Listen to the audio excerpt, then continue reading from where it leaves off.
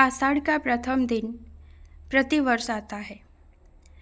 मेघमाला आकाश में उमड़ने लगती है और शुष्क पृथ्वी के रसमय बनने की आशा प्रत्येक व्यक्ति के मन के कोने में झांकने लगती है। पृथ्वी और अंबर का संबंध जोड़ने के लिए मेघमाला से निःसृत अनंत जल बिंदु प्रणय का पावन सूत्र बनकर प्रस्तुत हो जाते हैं और विद्युत ज्योति उस काल में प्रकाश पुंज बन जाती है। मेघ का गंभीर घोष उस प्रणय काल में वाद्य ध्वनि बनकर आता है और दादुर ध्वनि वेद मंत्र बनकर उस प्रणय की वैदिक पद्धति को संपन्न कर देती है।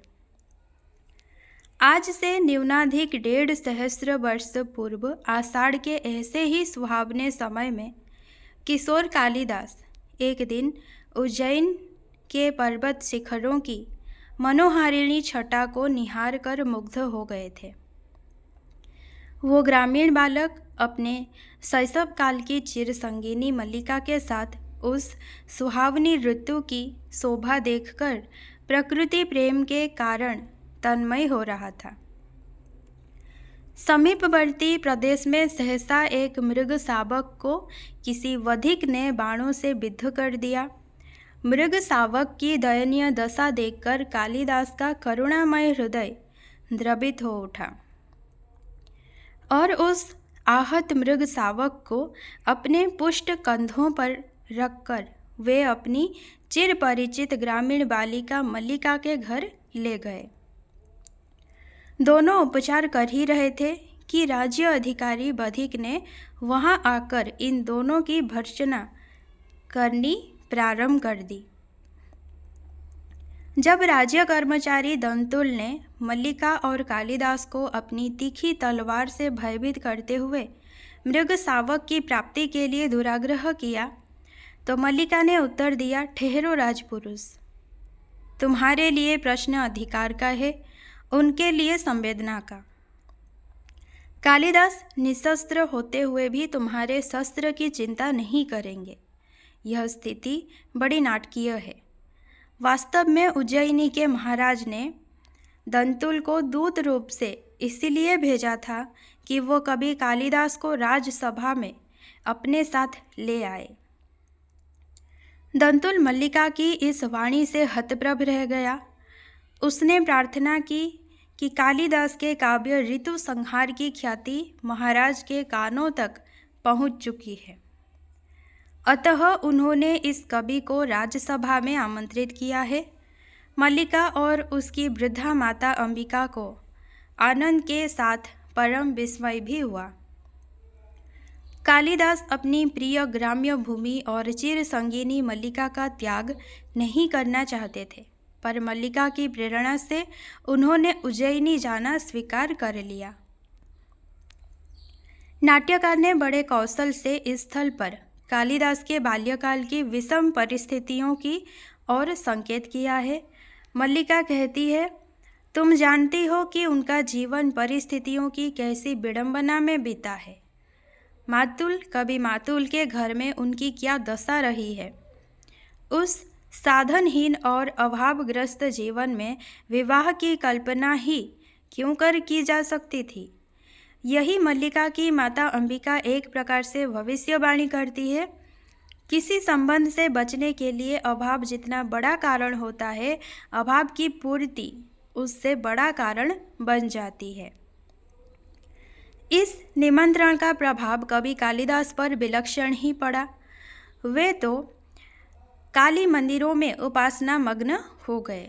जगदम्बा के मंदिर में राज सम्मान की उन्हें लेस मात्र भी अभिलाषा न थी। वे अपने ग्रामीण जीवन के सुखमय साहचर्य से वंचित नहीं होना चाहते थे, किंतु मल्लिका की प्रेरणा से उन्होंने राज सम्मान को स्वीकार कर उज्जैनी को प्रस्थान किया। मल्लिका से परिणय की आशा लगाने वाला विलोम कालिदास की विदा पर माता अंबिका से वार्तालाप करता है। वो कालिदास के साथ वार्तालाप करके यह स्पष्ट करा लेना चाहता है कि कालिदास का अकेले ही उज्जैनी जाना कहाँ तक उचित है। इस अवसर पर मल्लिका और विलोम के वार्तालाप से यह संकेत मिलने लगता है कि माता अंबिका के ही प्रोत्साहन से विलोम मल्लिका के साथ प्रणय सूत्र में बंधने की आशा कर रहा था, किंतु मल्लिका उसे एक अनचाहे अतिथि के रूप में ही स्वीकार करना चाहती थी। कालिदास उज्जैनी को प्रस्थान करते हैं, किंतु उनका हृदय जैसे बोझिल हो जाता है। उस समय उनके हृदय भार को हल्का करते हुए मल्लिका कहती है, विश्वास करो, तुम यहाँ से जाकर भी यहाँ से विच्छिन्न नहीं होगे। यहाँ की वायु, यहाँ के मेघ और यहाँ के हरिण, इन सब को तुम साथ ले जाओगे और मैं भी तुमसे दूर नहीं रहूँगी। जब भी मैं तुम्हारे निकट होना चाहूँगी, पर्वत शिखर पर चली जाऊँगी और उड़कर आते हुए मेघों में घिर जाया करूँगी। कालिदास की प्रस्थान वेला में मल्लिका के नेत्रों से अश्रुधारा उमड़ने लगती हैं, तो माँ की गोद में मुँह ढककर बैठ जाती है। यही प्रथम अंक समाप्त हो जाता है। कालिदास उज्जैनी की राजसभा में सम्मानित होकर काव्य रचना में व्यस्त रहने लगे। उनकी काव्य प्रतिभा पर रीझ कर राजा ने अपनी कन्या प्रियंगु मंजरी से विवाह कर दिया और उन्हें कश्मीर का शासक नियुक्त किया। कालिदास के साथ राज वैभव चला। मार्ग में प्रियंगु मंजरी कालिदास के ग्राम का दर्शन करते हुए गई। उसने मल्लिका के उस जर्जर गृह की यात्रा की और उसे नवीन रूप देने का प्रयास किया, किंतु मल्लिका ने यह सब स्वीकार नहीं किया।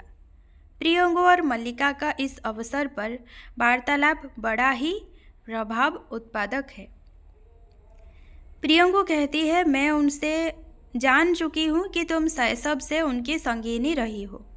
उनकी रचनाओं से तुम्हारा मोह स्वाभाविक है। प्रियंगु मल्लिका को अपने साथ कश्मीर चलने के लिए बाध्य करना चाहती है, किंतु मल्लिका किसी प्रकार साथ जाने को तैयार नहीं होती। नवीन भवन बनाने के आग्रह को भी यह कहकर टाल देती है कि ऐसा मत कीजिए, इस घर को गिराने का आदेश मत दीजिए। ग्रामीण युवक विलोम के मनोभावों के द्वारा नाट्यकार ग्रामीण जनता की मनोवृत्ति को अभिव्यंजित करता है। विलोम नगरवासियों का परिहास भी करता है और उनके वैभव पर चकित भी होता है। वो मल्लिका के घर में बैठकर राजपुरुषों को समीप से देखना चाहता है। उसे आशा है कि कश्मीर के मनोनीत शासक, उसके पुराने सखा राजकवि कालिदास आज मल्लिका के आवास पर अवश्य पधारेंगे। मल्लिका बार बार विलोम को चले जाने का आदेश देती है, किंतु वो अपने संकल्प पर दृढ़ रहता है, पर कालिदास नहीं आते। माता अंबिका मल्लिका को समझाती है कि कालिदास का इस जर्जर घर में आना आश्चर्यजनक घटना होगी। उसके ना आने में आश्चर्य कहाँ। वो कहती है, अब भी रोती हो उसके लिए, उस व्यक्ति के लिए जिसने। मल्लिका कहती है, उसके संबंध में कुछ मत कहो माँ, कुछ मत कहो, और सिसकती रहती है। नाटक का द्वितीय अंक यहीं समाप्त हो जाता है। कई वर्ष व्यतीत हो जाते हैं और कश्मीर में विद्रोह की अग्नि धधक उठती है। शत्रुओं से घायल एक सैनिक मल्लिका ग्राम स्थित कवि मातुल को सूचना देता है कि कालिदास ने संन्यास ले लिया। मल्लिका इसे स्वीकार नहीं करती और कालिदास के ग्रंथों को स्वाध्याय करती रहती है। उज्जैनी के व्यवसायियों के माध्यम से वो कालिदास के सभी ग्रंथों को मंगाकर पढ़ती रहती है।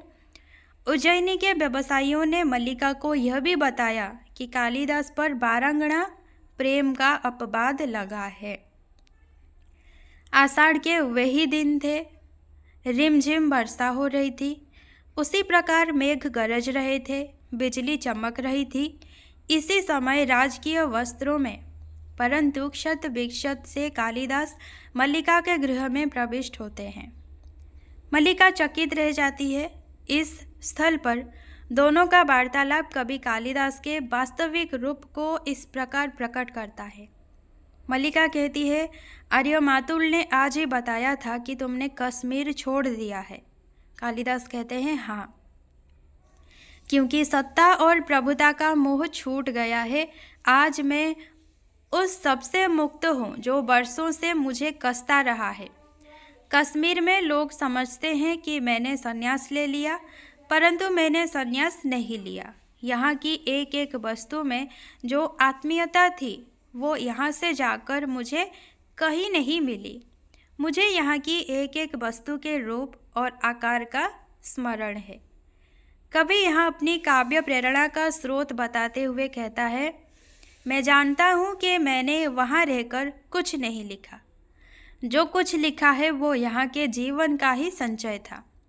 कुमार संभव की पृष्ठभूमि यह हिमालय है और तपस्विनी उमा तुम हो। मेघदूत के यक्ष की पीड़ा मेरी पीड़ा है और विरह विमर्दिता यक्षिणी तुम हो। अभिज्ञान शाकुंतल में शकुंतला के रूप में तुम ही मेरे सामने थी। रघुवंश में अजका बिलाप भी मेरी ही वेदना की अभिव्यक्ति थी। वार्तालाप करते करते मल्लिका सिले हुए पत्रों को भेंट के रूप में प्रदान करते हुए कहती है, यह पत्र मैंने अपने हाथों से बनाकर सिए थे। सोचा था तुम राजधानी से आओगे तो मैं तुम्हें भेंट दूंगी। कहूँगी कि इन पृष्ठों पर अपने सबसे बड़े महाकाव्य की रचना करना, परंतु उस बार तुम आकर भी नहीं आए और यह भेंट यहीं पड़ी रही।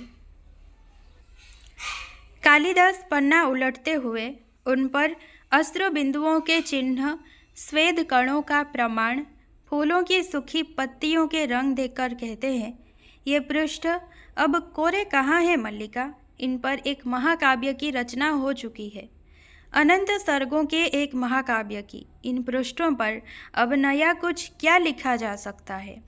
परंतु इससे आगे भी तो जीवन शेष है। हम फिर अथ से आरंभ करते हैं। इतने ही में विलोम का प्रवेश होता है। ऐसा प्रतीत होता है कि माता अंबिका के आग्रह से विलोम के साथ मल्लिका का पाणी ग्रहण हो जाता है और उनके गृह में एक शिशु का क्रीड़ा कोलाहल सुनाई पड़ता है। अंत में कालिदास प्रस्थान करता है और मल्लिका अपने नवजात शिशु को गोद में लेकर चूमने लगती है। यही नाटक समाप्त होता है। यह नाटक अनेक गुणों से आधुनिक नाट्य साहित्य में अपनी विशेषता रखता है। आधुनिक रीति के समस्या नाटकों में इसने अपना विशिष्ट स्थान बना लिया है। चरित्र चित्रण में सरसता के साथ मनोवैज्ञानिकता, कथानक में समसामयिकता के साथ आधुनिकता का विलक्षण मिश्रण दिखाई पड़ता है।